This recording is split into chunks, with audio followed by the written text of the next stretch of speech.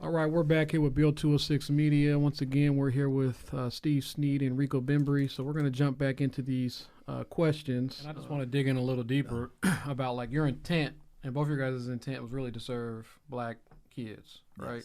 Yes, and so we talked about this a little earlier, but I want to get it on film. This about how when you came there first as a volunteer, or when you were using the space, how there was a lack of, or not a, but what you did intentionally to try to create space. I want you to share some of that because that's genius, right? Yeah, It's people need to hear that. Well, one of the things, like I was telling you earlier, was that Langston was empty a lot of the time, right? And when I was volunteering on the advisory council, I'd see this, that it was really, it was a ghost town. Right.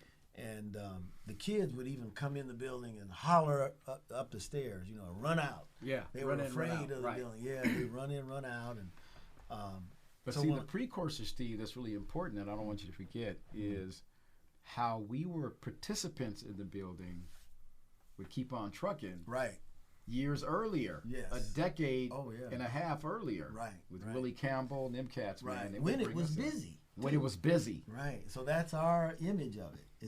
But it became a ghost town because the department made a decision to move him, Willie, to the Alaska or Siberia, the department at the time, which was Magnuson Park. Yeah, right. It wasn't even a community center. It was like a, it was just. So Willie was the director of Langston?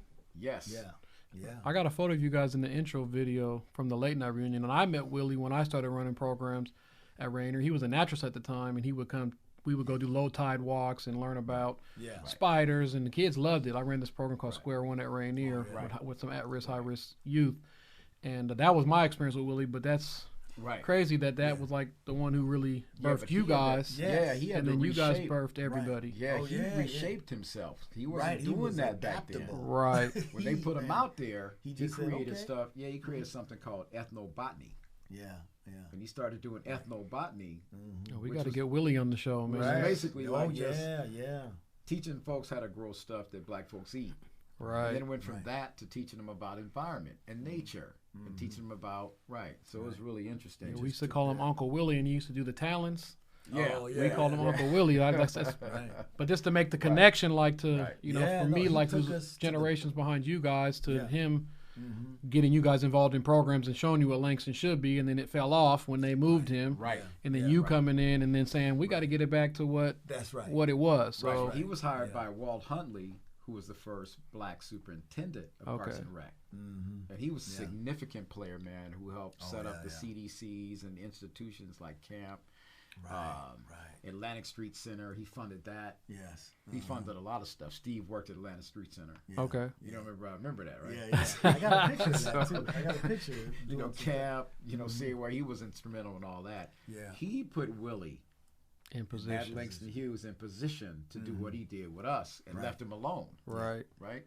And so when he came back, it was a ghost town. Yes. So and that was after we had been in college. We had sort of left the neighborhood to go to college and do. So we had an image of what it was. Yeah. And when you came back, we already knew that it had this amazing potential. Right. Yes. Kids just didn't know it yet.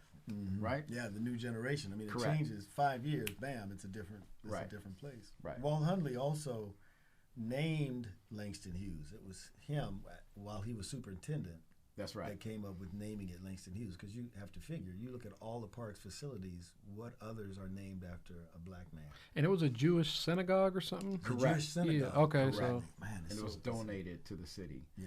And so you have Pratt Fine Arts Center, you got Medgar Evers Pool, but other than that, what else do you have?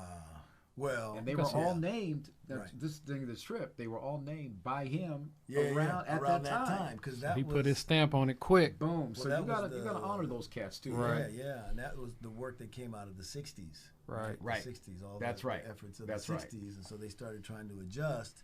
Right. Got Walt in there, and there's a lot of that history out there around that time. But the play. By the time I got there with the play, and so the things you're asking me to talk about is I started I called it free rehearsal or open rehearsal, right? So the kids in the neighborhood could come in and rehearse their dance groups. Right. Right. And I did the thing with the neighborhood kids. I said, okay, whenever neighborhood kids come in the building, they can come to anything free. They don't have to pay to go to any plays, you know, so they're not afraid of the space. Right. Right. And so those two things helped the community feel more comfortable in the facility, especially the young people. Really the young people. Remember, we started doing the thing where they could come, but they'd have to bring a can of food. Yes. They're hungry. Right. See, that's the Panther thing, right? Right. Mm-hmm. They bring a can of food, some talk ramen noodles, whatever, man. Right. We just get cans of food. Well, that's the name of the show is social science, right? Because it's not it's not rocket science, it's social science. That's and right. that's really what you guys were doing is Yeah. social science. It's like, you know, like, Right. you know, sometimes people make things harder than what it has to be. And it's like, this is like common sense stuff, and make this free. Or not only that, you're exposing kids to the arts that, you know, that aren't normally exposed to the arts. That's right. And creating community, which is something that was natural from what you guys are sharing. It was something that was natural from you guys growing up in the Panther era and this community and being around each other. That's dope. Mm-hmm. And at the time, he was a coordinator, brought me in as a musical director, but the only way I could get in is to do a rec attendant gig. Mm-hmm. So I was at the front desk, answering the phone. Langston Hughes. Right, the musical. Right, the musical.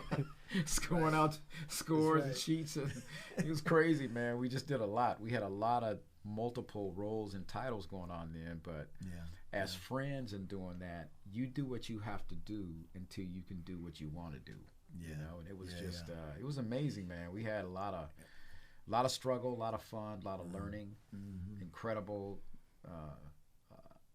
cultural environment, man. It was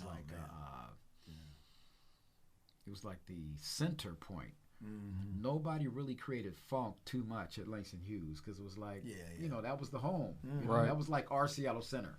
Right. That's basically what it was. That was the home. Yeah. Safe place.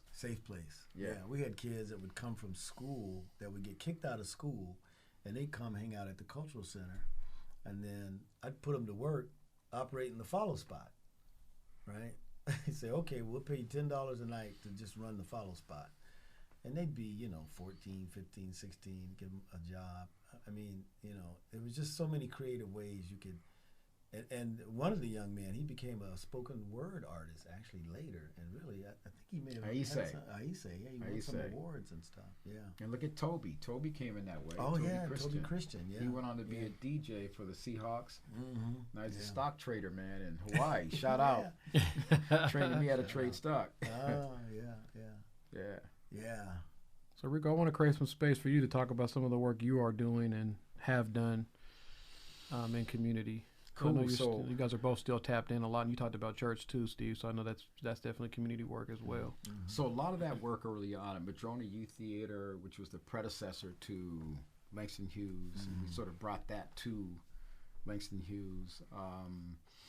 What I did after Langston Hughes is went on to develop, responded in the same way Steve did. At the time, we're starting to get families and wives and children. Now you have to figure all this going on, we still talk on the phone probably at least several times a week just to help each other get through all the challenges of these institutions. So y'all is friends for real, and that's so I want to highlight that the relationship I think Reco, I think you coined the phrase called backdoor therapy. That's right. Like you guys are really supporting each other as friends first and foremost, but also doing work and then also navigating racist institutions, trying to be successful to serve your community. That's right. And we had to figure out strategically, man, how to align the friendship and the work. And it was about faith, family, and community. It was faith, family, fun, you know, future. So you had these things, man, lined up. And so you knew that I would never ask him to do anything to compromise his faith. Right. I would never ask him to do anything to compromise his family. Right. Right. But finances, I get him to do a few little extra things. Right. So that's real talk. Right. So I mean, that's for 50 years. We've never violated that with each other because we I think we're both firm about that. We can make adjustments, but I'm not compromising that. Right. Period. So for me, once I left there, I responded to this app. I was on a committee. There was two teams. One was called Seattle Team for Youth. One was called Team Seattle. They both applied for federal grants.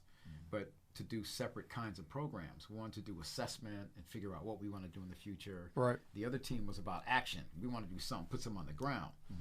Both grants got funded at the same time. So those teams came in together as Seattle Team for Youth.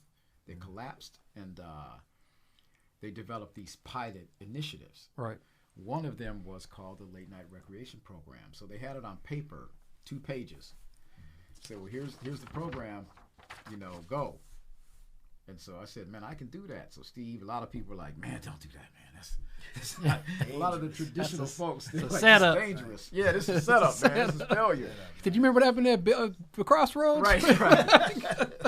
So what I remembered is that it was a grant for 1 to 2 years. And I said, man, I could do this in 2 years. That's nothing, right? Right. Yeah. And I was on the committee, so the department called me and said, well, hey, after doing this thing called E2, I did this musical E2. thing, and we had to pull all these still bands. Have E2, don't they? What is that? Don't they still have E2? No, I don't think they do. Oh, but it was a celebration of employees, man, that they did every year.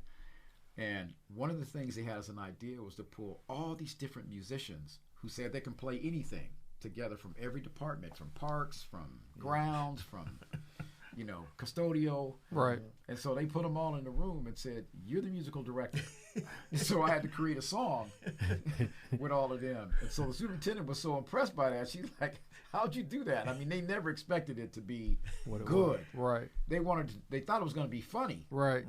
But I wasn't trying to be funny. It was good. Yeah, it was good. It ended up being good. Music, Right. So she was like, whoa. loved it. They were like, man, that was great. We got to keep playing. playing. They loved it, man. Yeah. So I ended up doing late night, and it was a struggle initially because the city didn't understand what it was, and nobody understood what it was, but they were responding to a request that was made by young people in the same way approached the mayor at a community meeting.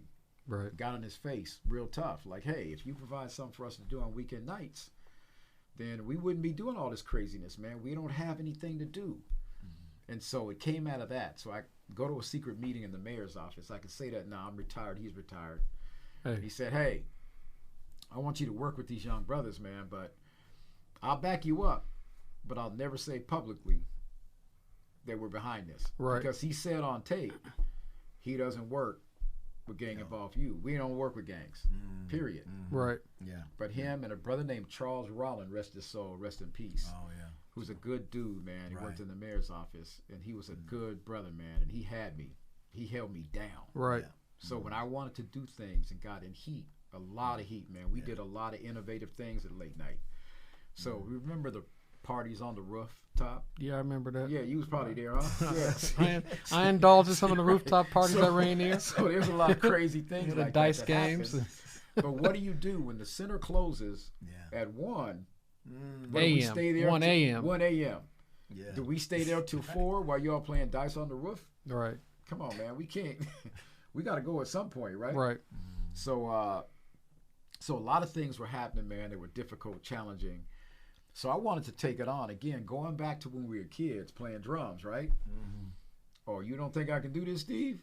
Okay, watch this. I'm going to show you. I'm going to show you what I got. So the first week, maybe a month after I get the gig, we're going to do a video for Let's Make a Statement. Yeah. Right. This Let's Make a Statement video, remember, it's from the Peer Pressure play that we had toured and then played it at Langston. But it's a hip-hop music video. Hip-hop music video, right. Which first one, right?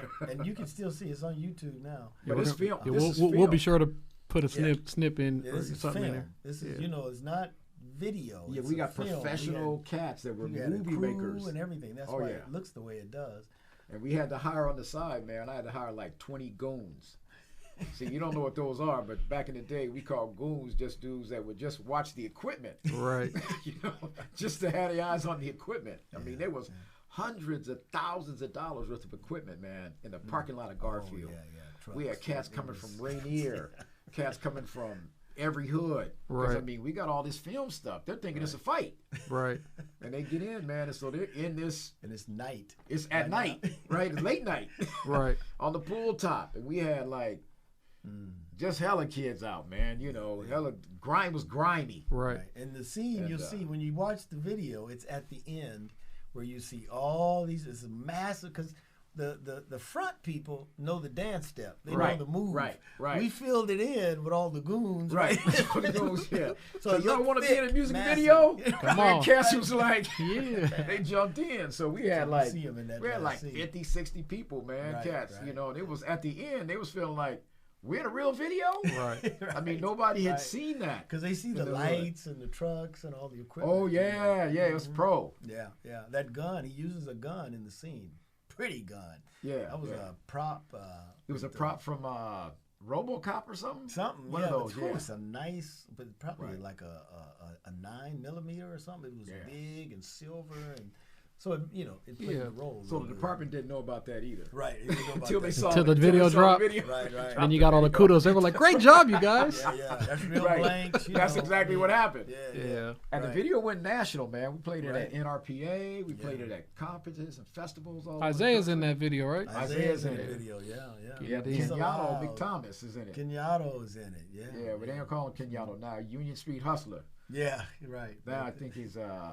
but Merciful and Truth Merciful, and all the cats. Merciful. So I did that. Late night spawned a number of different opportunities, man. From late night, we developed something called Inner City Outings, which is now called O2. We developed an initiative called Yo Hot Shots, which made, I think in our first year, we made $120,000 net. Wow. And so it made too much money for the department, so they made us disband it. They made us give it away. It still exists now at the King County Justice Facility. Oh, yeah. So I put him in downtown. Ron Sims made that happen. He gave us action at downtown and the Kent Regional Justice Facility. So we had 2 carts. Right. Basically, espresso carts when it was just hot. Right. So we were training kids that were coming out of juvenile to work these carts. Right. Yeah. And it was just too successful, man. Yeah, so the department told me we had to shut them down. Then we went on to develop citywide teen programs. We did something called the Make It Big Talent Search. Talent show. Before America's Got Talent. So these are some of the things we did together. Right. Between Langston and then Late Night. Which made sense because you guys had a relationship from when you guys was 15, so it's easy. Right. Social science, right? It's, It's like I know when the guy's gonna come through because I know it's gonna happen. Yeah. That's right. And so I went on to be senior consultant for NRPA. And then I spent 4.5 years in Oakland as deputy director of Parks and Rec in Oakland. Which, taking that experience, I was challenged by some sisters called the Gray Panthers and some other street cats from the street team to say, hey, man, you coming down doing these trainings. You need to lay down. And the Gray Panthers, just for the record, those were Black Panthers that were like elders. They were the elders, right? Correct. Okay. Elders for real. Yeah. Some of the original OGs. And so they sat down with me and just, issued the challenge. They said, if we get your salary, will you come? I said, done. So they did that, man, and I went down and laid it down there, developed the healing centers, went on to do a number of different initiatives in Oakland, man, but came back to lay more tracks here, developed a program called National Youth Congress. Then Steve and I developed something called Impact Theater. So we did more tours, more shows, and for every significant thing that happened in the decades, I can think back and think when the slow OJ chase happened. Oh, yeah. We did a show after OJ. We did a show after, what was the other significant thing that happened, man? Rodney King. Rodney King. We did a show after that, right? Yeah. So we did a show called Hold Up, Break It Down. And we did a show called, we got into teen dating violence videos. We just did a lot of things that were socially motivated to educate and uplift our people, man, and give them that skill. Yeah. We did. You remind me of the films we did. Okay, after we did Let's Make a Statement video, we did the Terminal 187. Terminal 187, which a was movie. I think, the Rodney King. Yeah, 30-minute. Actually, Isaiah's in that too. Terminal 187. Yep. He was one of the key characters in that. Yeah. You should see that. It's about violence and try to get folks to shy away from violence and gangs and so on. But the way it was treated, and the script was originally written by James Lally, is that you would get a chance to see what your life would have been had you still been alive, how your death impacts others or how the death of someone impacts. So it's kind of a fictional thing, but it's an interesting way to have people be able to look back. And understand the impacts, not only to you, Correct. to others. To others as Correct. well. Yeah. That's dope. Correct. Yeah, it was well done. You know, same. It almost sounds like that could be an event, just a viewing and having like a community talk back just with, I mean, my wheels are spinning, man. Like, I think we did that with that back then, you know, Terminal 187 is called. And it's relevant now. You know what's deep about that too, man, is you think about, you know, us being young men and being bold enough, and because we had this sort of deep symbiotic relationship, man, to talk through these issues, we felt like we can get it done. Right. But it was impossible when it was just an idea. This cat comes, hey, man, let's do a film. Like, man, what are you talking about, man? What are you talking about, dude? So that kind of thing, man, it's just a blessing, and having faith in each other and having faith in the folks around us, man, to get it done. We were able to do some miraculous things because we had a ton of people, man, who, whether believed in us or not, they motivated us to move that work forward. In a selfless way. Yeah, it almost sounds like it really wasn't work. It was more who you were, right? It's not like this is. I mean, you guys were getting paid to do the work, but it's almost like you said, from 15, doing the same work. Yeah, you're doing the same thing. Like it was easy for you guys. You know, but it was work now. It was work. It was work. Was the work the work, or was dealing with the BS of the organization and all that? You know, I think it's all work. It's all okay. But that made the work much more challenging. Right. Yeah. I mean, so dealing with the BS, whatever that was, we know what it was, man. Racism, man, supremacy, all those things are so prevalent. But in Seattle, what's interesting, man, is it's so covert. Passive aggressive. Passive aggressive. I put two passives on it. That Pullman Porter training passive that we had, I think, prepared us correct for how do you deal with it in this city in particular. That Pullman Porter training, that's right. To have, because you know we had to go through a lot within the institutions. I mean, you know what that's like. The institutions are set up for you to fail. Now we call it that because, get this, West Oakland was established. Oakland was established with the money from the Pullman Porters, because the trains would land in Oakland, and those kids became the Black Panthers. Right. A lot of people don't know that. That's the foundation. See, that's the foundation for real. What happened before those cats happened, right? Yeah, that's right. And those Pullman Porters, man, had the training and the insight. So they said, have good diction, but stand up for your rights. Right. You see what I'm saying? You know it. No, you can carry your rifle downtown, right? Yeah. But you got to carry it out. You can't conceal it. Right. So that's how all that started coming into fruition. Teaching them that. Teaching them. They were smart enough to know what they could do and couldn't do. Yeah. Right? Yeah. You always learn from the old elders. And then pushing the limits to change. Pushing the limits, man. I mean, that sounds like what you guys are doing too. Like, we're going to do some things, and and then it's going to be great, and then it's going to change, institutionalize some things. That's right. Back in the day, Angela Davis represented herself in court. Yeah. And won. Right. That's right. Here, when we went before the boards, we had to represent ourselves. Oh yeah, all the time. We didn't have no lawyer or attorney in, man, when the city called us in, right? To write us up about whatever. Right. We had to represent ourselves. So we on the phone, man, strategizing. Okay, well, man, so this is what happened. Okay, this is how it went down, right? Right. Several times, man. We get awards, and in the back pockets have a reprimand. Memo. Right. Yeah. On the same day. Right. So that's real talk. Yeah. And it's, policy procedures, but what my experience been is the practice, which is the passive aggressive piece. It's like the policy may say one thing, but it's how is it actually happening, being implemented and being followed through on a systematic level. And it's inconsistent. Yes. Across the board, it's inconsistent. Yeah. Well, go ahead, Steve. I didn't mean it. Oh no, I can't remember what I was going to say. So moving forward, what are, you guys talked about it, but like what accomplishments are you guys most proud of? It ain't even got to be about community, because we know there's other things that you're involved in as well, which is an extension of your community. But right. I'm gonna tell you, when we see cats like you, who have come from the programs we've developed, doing well and giving back in a more profound way, you have this platform of social media. You have organizations built in and outside the institutions. I think that's powerful. When Steve sees an actor that he trained, man, on Broadway, right, or on a national commercial, during the Olympics, right? When Chris was on that commercial, like, Mm-hmm. whoa. Ooh, yeah. You know what I'm saying?